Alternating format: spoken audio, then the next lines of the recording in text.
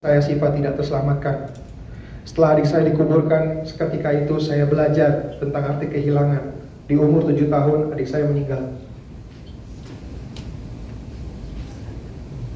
Setelah kejadian itu, Bapak pulang ke Indonesia, kemudian membawa saya dan Mama pindah ke Padang. Tidak lama selang waktu, alhamdulillah Allah berikan pengganti Siva dengan lahirnya adik saya, Aditya. Kehidupan kami selama di Padang sangat menyenangkan, sampai pada suatu keadaan yang menyenangkan itu berubah menjadi suram. Saat kenyataan Mama sering sakit-sakitan, sampai Bapak memutuskan untuk kembali ke Jakarta. Mama divonis oleh dokter leukemia atau kanker darah putih stadium akhir. Di saat sedang hamil adik saya, yaitu Panji. Setelah kelahiran adik saya Panji, Mama sudah sangat payah sekali. Semakin hari kondisinya semakin buruk, badan semakin kurus, wajah pucat, rambut rontok, dan lebih banyak di kursi roda. Di saat itu saya masih belum mengerti jika kalau waktu bersama Mama tidak akan lama lagi. Saya masih nakal, suka ngedulur kalau dibilangin, malas-malesan kalau disuruh sholat, disuruh sekolah.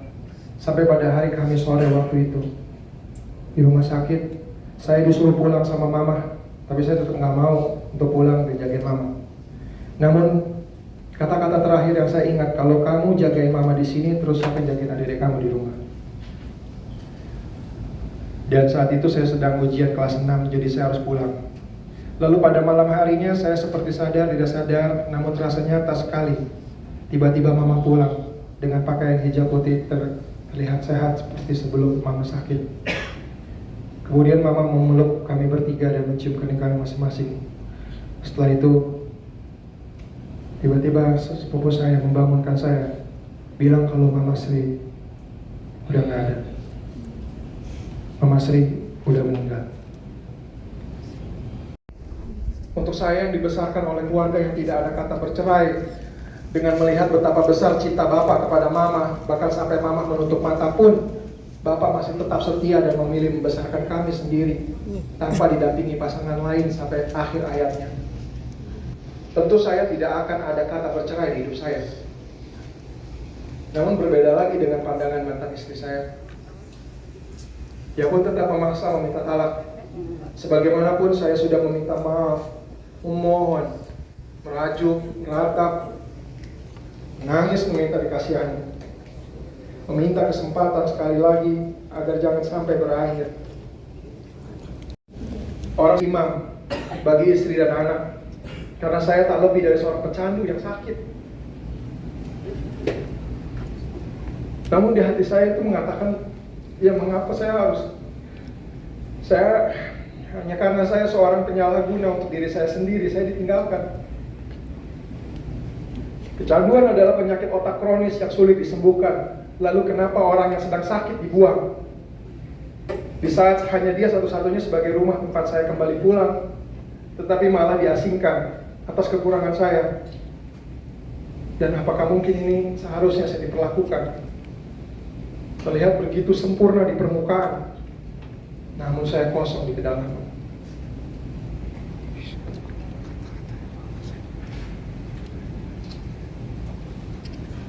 Begitupun dengan badan ketika hati dan pikiran berdebat, badan pun bergerak mencari narkoba. Kali ini lebih terang-terangan, dan gak pernah mikir dan gak peduli.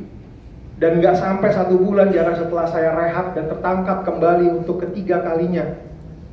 Lengkap sudah manusia dengan kekecewaan dan kebodohan yang disengajanya.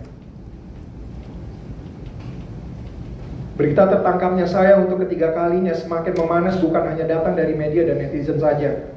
Bahkan teman sejawat pun ambil bagian mencela dan mengutuk saya hanya demi sebuah konten agar selalu eksis. Bagi saya sungguh nggak apa-apa. Yang membuat saya semakin hancur tiada sisa datang bukan dari siksaan real, melainkan dari kepergian satu-satunya orang yang selalu ikhlas berdiri di belakang saya. Orang yang selalu tulus memaafkan kesalahan saya, yang selalu bersabar dalam menasihati saya tanpa sekalipun mengeluh. Orang itu adalah bapak saya sendiri. Tempat saya bersandar dan meminta pertolongan. Namun bapak pun akhirnya pergi meninggalkan saya selama-lamanya. Bapak pergi tanpa tahu anaknya tertangkap lagi.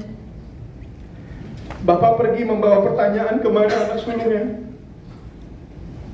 Kemana anak yang pernah membanggakan, bahkan sampai Bapak menutup mata.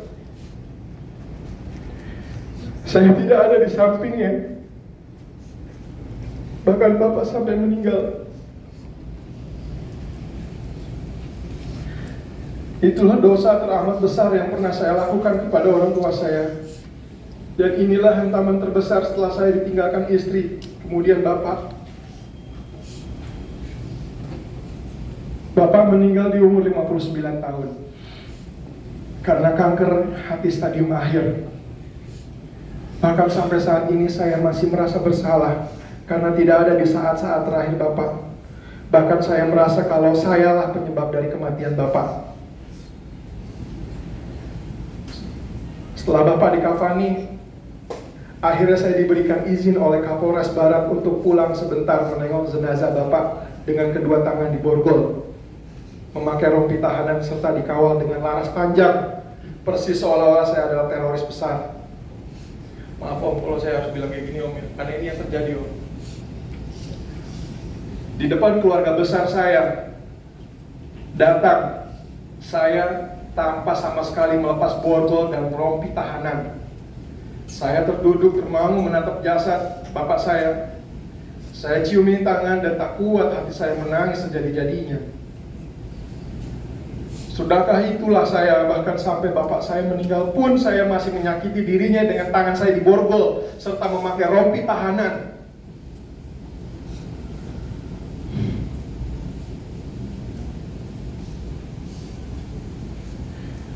Belum genap 100 hari setelah kematian Bapak, saya dipindahkan ke rutan Salemba untuk menjalani sidang.